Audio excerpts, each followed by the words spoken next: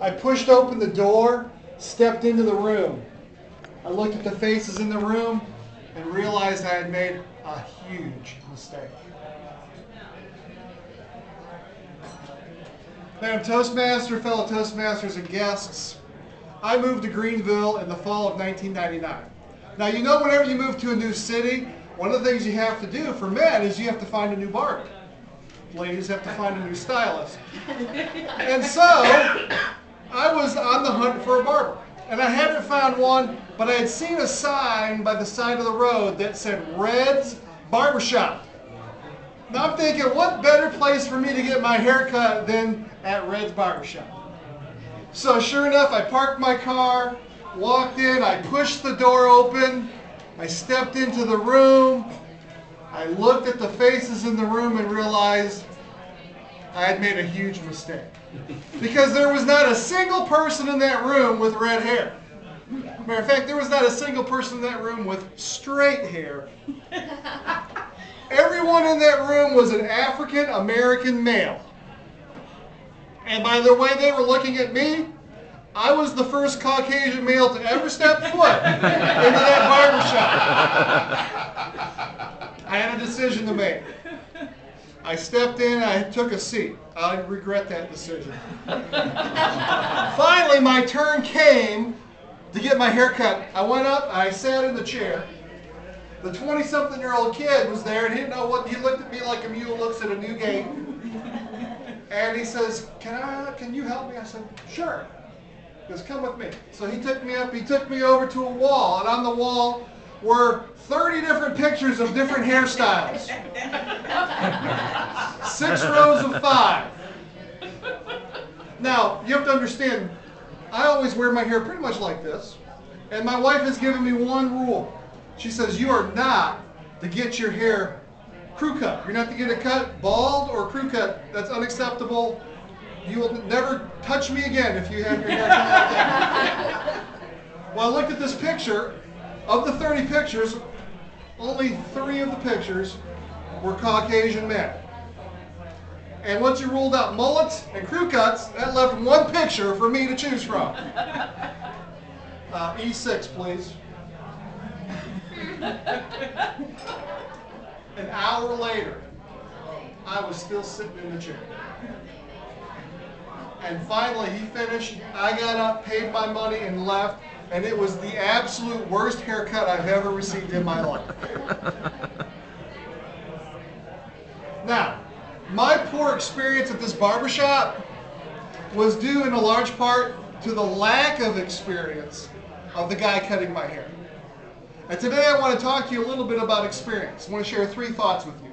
Number 1, do not hesitate to pay people for their experience.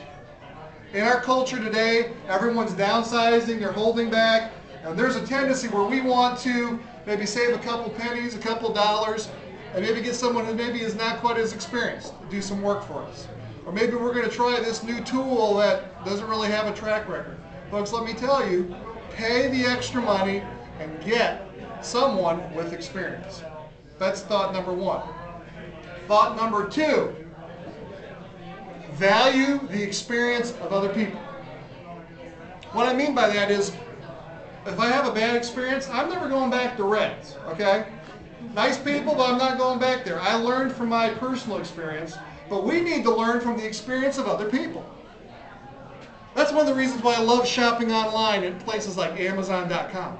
Because not only can I see a product, I can see the responses of literally sometimes hundreds of people who have purchased that product, and I can see what their experience has been. It's been good, it's been bad, but I can value their experience and I can grow and I can learn from that. The third thing about experience, the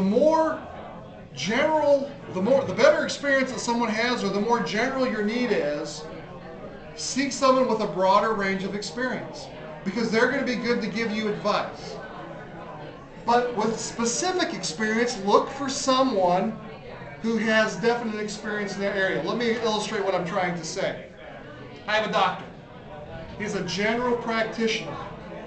If I have a headache or a body ache, I go to him, and he has a broad range of experience, and he can say, you know what, I think it's this, this, or this.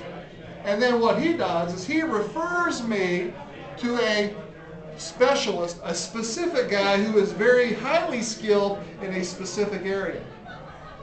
So when we're looking at experience, if you don't know what your problem is, or you don't know what you need, look for somebody or something with a broad range of experience.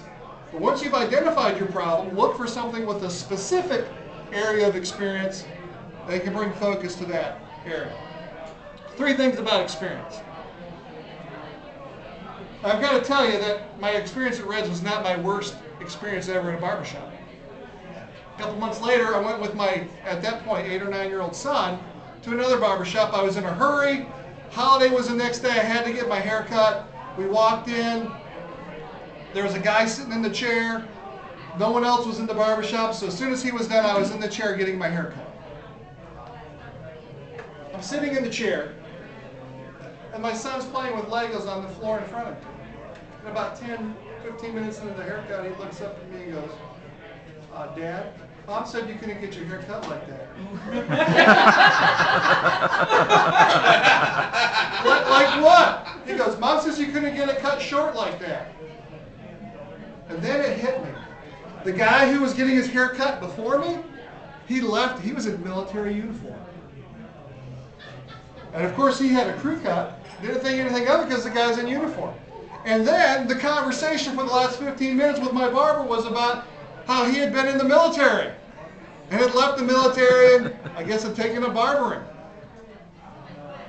And horror came across me. Oh my. I said, can I see my haircut? And he's like, sure. And he showed me a mirror and I had a crew cut extraordinaire. I said, we're done. He goes, no, I'm not done. He goes, yes, we're done. I got up, I paid, I left, went home, never again to be touched by my wife. I don't taste nice.